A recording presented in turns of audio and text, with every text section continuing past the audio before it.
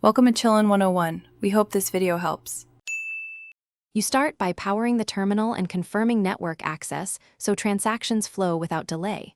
Once powered, log into the merchant account using provided credentials. This links the machine to your processor. Make sure receipts and the paper roll are installed correctly and the battery is charged or plugged in.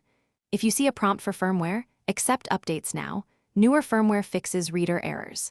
These steps ensure your swipe machine is online, authenticated, and ready for the first sale. You begin the sale by entering the amount and choosing the payment type. This tells the terminal how to route the authorization.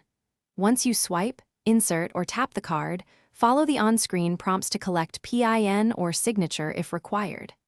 After approval, add a tip if applicable, select email or print receipt, and press confirm to settle the transaction. Make sure the approval code displays and that transaction logs update. This confirms funds routing and record, keeping for reconciliation. To finish, run the end-of-day settlement so all approvals batch to your processor and funds begin settling to your account. Once done, compare the terminal's totals with your POS or receipts to catch discrepancies and note the batch ID for records. If a transaction fails or stays pending, reboot the device, verify network connectivity, and rerun the pending batch. If issues persist, contact your processor with the batch ID and error code. They can trace and complete settlement for you. Thanks for watching. Consider subscribing if we helped you.